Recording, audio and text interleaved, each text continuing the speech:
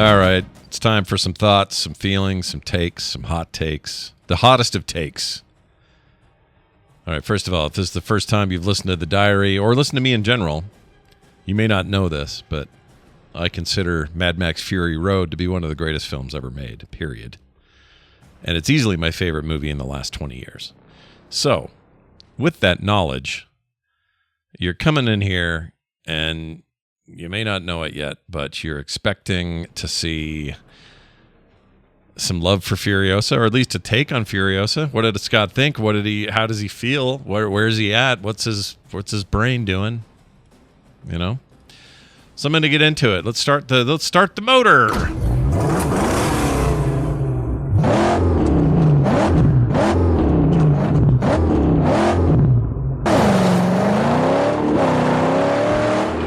It's a little theatrical. I apologize, but I couldn't help it. Anyway, so all right. I promised I would lay my feelings, my thoughts out on this thing in some form so that people could hear it. You're going to probably hear me bring it up in various places, and I really am going to try this time. In 2015, I was so enamored with Fury Road that I couldn't stop talking about it, and so any chance I got, I would obnoxiously be that guy that wouldn't shut up. I'm going to try to do that less. I think it annoys my co-hosts. I think it annoys some listeners. I'm not going to be that guy this time around. All right? Even though I kind of want to, I'm not going to. All right. So you're saying to yourselves, well, Scott, does that mean you didn't like the movie? Was there something wrong with Furiosa? 2024's follow-up, Furiosa, A Mad Max Tale, or whatever that. What's the full title? Mad Max Odyssey? A Mad Max something? I really, really, really liked it, like a lot. And I don't know why, as a society, we've decided that we must rate things against another thing. Do you know what I mean? Like, it's not enough for someone to just go, oh, I'm really enjoying this Coke. And then somebody somewhere has to say, oh, you like it better than Pepsi? Do you know what I mean? We can't help ourselves. This is especially true of entertainment. Whether it's video games and follow-up sequels, or season 1 of a show versus season 2 of a show, or a first movie or a sequel or a prequel and an old movie or whatever, right? There's always this thing of like, you can't just come out and say, I loved this thing. Because even when I did it in 2015, I came out and said, look, I love it. It's my favorite thing ever. It's going to be up for Oscars. And I was right about that. This is going to be the most amazing thing I'm ever going to see. I was all saying words like that. And people immediately were saying, oh, better than Road Warrior? I got that hundreds of times. And I'm not, I've tried over the last little while to try to figure out why we do this as a human being, as a human race. Why do we feel like we immediately have to compare something to something else? I don't think I have a good answer, but I don't want to do it anymore. I'm done. You know? This happened. I was feeling this way when the new Fargo season hit. People were like, oh, how is it? Is it better than season 2? That was like the best. Was it better than 4? It's like, that's not the point. The point is it good? Does it stand on its own? Yeah, it does. But also, something special happened with this one that I did not see coming. Did not know this was going to happen. So, my overall, though, on Furiosa, it's amazing. I do not know how 79-year-old George Miller does this. I don't know how he keeps doing this. I don't know why this stuff is so good. Everyone's really good in it. The world is great. The music is great. The action is great. And I'll even say this. This movie decided it wanted to tell a broader story. You know, a lot of people said about Fury Road, hey, that movie's just a car chase that goes out and then back again. They literally go out and drive a ways and then they turn around and come back. That's the movie. And I guess if you boil it down to those parts of the film, sure, I guess you could say that. But if that is true, let's just for a second say that's the case, that Fury Road is just a trip out and a trip back, or just one long action sequence. This movie is more of a storytelling vehicle. This is a vehicle. This is a movie that wants to tell a broader story, a more character-driven story. There's even some narration. I won't give away anything here, but But basically, the way the thing's structured is like you might hear the ancient Greeks tell a story or something. It's told in that way. And it's even kind of chaptered. And that was unusual. I didn't see that coming. Very different than Fury Road. And as a result, it gave it kind of some pause. There were times, even like early on in the thing, where it wasn't just like hit the dirt running the way that Fury Road was. It was more like, let's take a minute. Let's set some people up. Let's talk about some characterization. Let's establish some tone, some direction, some stuff, right? Very different from that first movie. And at first I went, oh, that's interesting. Kind of risky. Let's see how this plays out. And in my opinion, it played out brilliantly. And here's the weird reverse thing I didn't see coming. This is not a spoiler. Chances are, though, if you're listening, you already know that I'm going to talk about the movie. There isn't much to spoil. You guys already know the story, the essentials, if you've seen Fury Road. But here's the deal. This somehow managed to do a thing I've never seen done before. And it did it this way. It basically tells a story in 5 parts. And it does that wonderfully. And it gives me all the stuff I want. Everything's in there. Great performances, weird world building, crazy shit, insane action sequences that still, that's all I can think about. And then it did something at the end that I didn't see coming. And I've never felt this in a film before, especially one that is technically a prequel. In all the reasons that whatever. It's a before movie. I hesitate to call it a pure prequel because the Mad Max Tales of the Wasteland are all kind of apocryphal. There's no real, again, like stories being told over a fire to a new generation. That's how those stories were. They got tweaked and changed, and it was easy to get time mixed up. Like, when did this happen? Who was around when this happened? Like those kinds of questions. And this movie knows that and revels in that. It always has. The whole series always has. So that's nothing new. But here's what I didn't expect. At the end of this thing, it ends in its 5th act. And then it introduces Fury Road as the 6th act of its story. And it does this very subtly at the very end. And when it's time to roll credits, it starts to play out the events of Fury Road. Very seamlessly, by the way. They're not just full on showing the movie, but they're showing bits and pieces as they roll credits. And you realize it hits you. At least it did me. Maybe I'm alone in this, but I cannot get this out of my head. They told a 6-piece story, not a 5-piece story, a 6-chaptered story. And the final chapter is a movie that came out in 2015 called Mad Max Fury Road. But it is 100% a chapter in the story they tell with Furiosa. Seamlessly it is. And I wanted to immediately, even though I've seen this movie 38 times or whatever it is, Fury Road that is, I wanted to come home and see it again immediately because it somehow managed, Furiosa did, it managed to make Fury Road a full, complete film in its own right. They somehow made it seem like the finale chase scene of the Furiosa saga, if that makes sense. Like normally, let me put it this way. You go to a movie, you have your 3 acts or whatever your structure is. And toward the end, you have your big crescendo fight or whatever it is. In Star Wars, we're flying down the trenches of the Death Star trying to blow it up. In Indiana Jones and whichever one, doesn't matter which one. You got your big moments, right? Your big stuff at the end, your big chase, your big action sequence, your big harrowing thing that goes down, whatever it is. And this movie managed to seamlessly make Fury Road the final act of their film. And it fits so perfectly as that. It fits so brilliantly in that place. and so subverts everything you think you thought about it prior in the context of the larger story. And I was blown away by that. I think that is brilliant.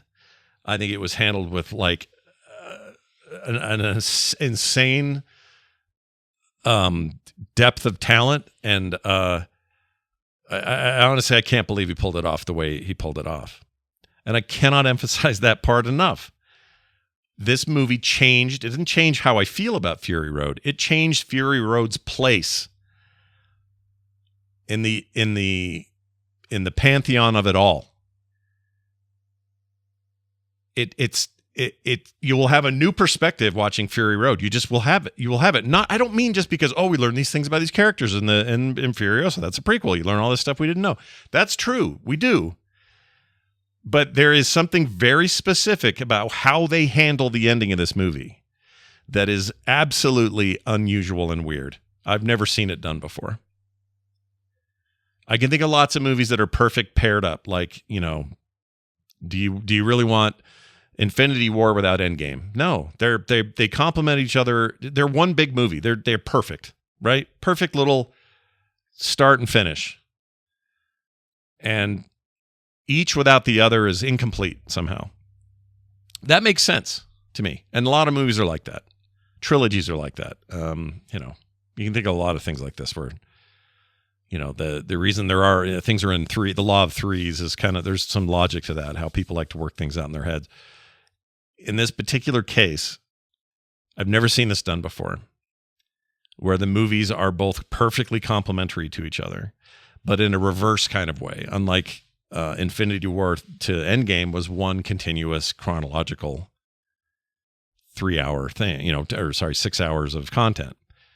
This is 6 hours of content, but flipped, but done in a way that almost resets it to not be flipped. I don't even know how to explain this. These are all stupid words coming out of my mouth right now. Now, the temptation for some to say, well, Scott, this sounds like a cop-out. Why can't you say whether you liked it more or less than Fury Road? Well, because I freaking hate that thinking. If this movie was bad, I would tell you. If I thought, this is bad, I'd say, ooh, good thing I still have Fury Road to fall back on, because, boy, this thing was sure a letdown. I would tell you that. Or if this thing was substantially better than Fury Road, I would tell you that too. To me, they belong on exactly the same bench in the exact location in the the amphitheater of fine filmmaking. I think what he has done here, almost 9 years apart, is nothing short of miraculous. It's just absolutely unlike anything I've ever seen in terms of how to tie your stuff together. And I think he's a genius. The only regrets I have about George Miller is quit dinking around with other stuff in between. Like, he took such a long break from, and there were reasons, like his best friend died, who he'd worked on prior to this with a bunch of stuff. And so by the time Thunderdome came around, his heart was barely in it. And I think he just wanted to get away from it. There was too much sadness in it. And so he did. And he went on to do Talking Pig movies and freaking Happy Feet movies and all that stuff. And just got, I guess Lorenzo's Oil is also his. No one ever thinks about that movie being his. But, standard dramas and, family movies and this sort of thing. And he takes all that time off. And then he comes back kind of out of nowhere in 2015, says, you know what, I'm ready to return to this world. And now I can kind of do things I never could do before. I'm going to do it all. And he makes what I think is the greatest action film of all time. He has now made the perfect follow-up to the greatest action film of all time and made another one of the greatest action films of all time. These two things stand head-to-head, shoulder-to-shoulder. There are going to be people, I guarantee you, who went to see Furiosa who don't like the story structure because it's different. It is different than Fury Road. You should know that going in. I knew that going in. I knew there was going to be some differences, I was told. I didn't know much about what they were. And, full admission here. My first 10 minutes, I had some questions. I was like, no, wait a minute. This is different. How is he doing this? My fears were alleviated. Is that the word? Were erased, were removed almost immediately. And once it hit me, I just went, oh, I see what we're doing here. And I loved it. Also, Chris Hemsworth, this is now my favorite thing he's ever done. Like by a long, it's not even close how much better I think this is than anything he's ever done, in my opinion. I'll keep saying that because I know there are people that disagree with me. It's fine, whatever. I think Anya Taylor-Joy was perfect for this role. I had questions early on. I think she nailed it. And she did things that were not only evocative of Charlize Theron's take on the character 8 years ago, but it felt like they were honoring her. And I won't say much more than that because there's a little tiny bit I don't want to give away. But there's stuff in there. I don't even know how to explain it. Plus, they do all the weird shit they always do. Like, if you're afraid they're going to, come in here and explain things that seem kind of nebulous and you had to make up all the difference in your head, well, they do. There are a few things like that. Some locations and some people who get further description than they had in the first film. And they're gonna blow that wide open. But then they're going to introduce a whole bunch of new ones that I am dying to know more about, man. There are a couple of characters that show up in this thing. Some of them barely get mentioned or shown. And I've got 14 stories in my head about where they're from, what they came from, who they are, why they got named, what they got named. Like there's that whole thing that he does so well is in there.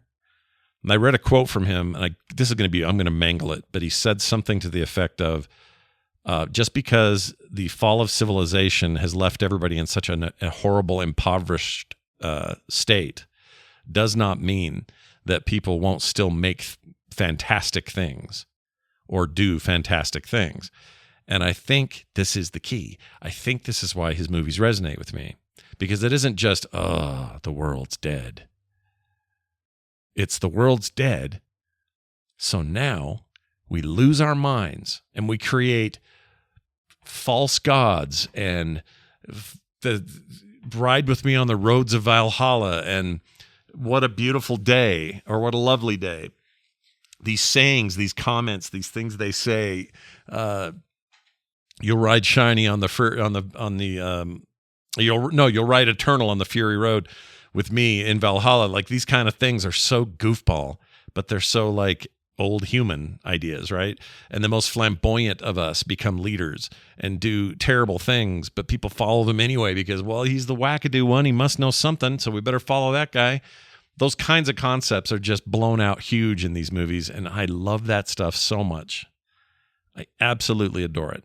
It's beautifully filmed, incredibly well edited, directed, acted. Once again, the action's just insane. I mean, it almost feels, this is going to sound hyperbolic, but I feel bad for everyone who's not alive right now to see these movies. And that sounds terrible, but like a bunch of people saw Fury Road in 2015 and loved it as much as I did. And then for whatever reason or another died. I think about those people. I wish they'd have been here to see this through. And I wish they'd be here for whatever he does next. And I don't want to wait another 9 years, George. Can you not do that? Can you please whip this up? He says he's working on a third script now. Do we need to wait another 9? Please, no. Please, can we have it sooner than that, please? I just can't say enough. All right. That's it. I don't want to say anything else. I don't want to accidentally spoil anything. I don't think I know I haven't, because there's just nothing here to spoil. And I'll say this. If you didn't like Fury Road, this isn't going to change that. All right. It's still very true to what the vision of that movie was. But I will say, if you were kind of on the fence with Fury Road, I think this will add volumes to it for you. This will make you like the whole bit of business better as a creation. I think. If you were heads over heels over Fury Road, you're already in. You're like me. You're just letting it wash over you. And it feels good. It's warm. It's warm and inviting, you know? Honestly, though, I can't wait to see it again. And I think I'm going to try to do it next week with a friend of mine who didn't get to see it yet. I think we're going to sneak out and see it in theaters again. And I don't even see movies in theaters anymore. I wait for stuff to come home. Not in this case. Not in this case. All right. Thanks for hearing me out. I'm sure I'll have plenty more to say down the road. I got a million thoughts in my head. I need to write them down. Little bits and bobs about various little things in the movie. And I don't know, maybe I'll do a follow-up. But also there's people who don't want to hear me talk about this and are glad this is over. So to them, I say, thanks for sticking out with me. Sticking it out with me. None of this sounds right. I'll see you next time on The Diary.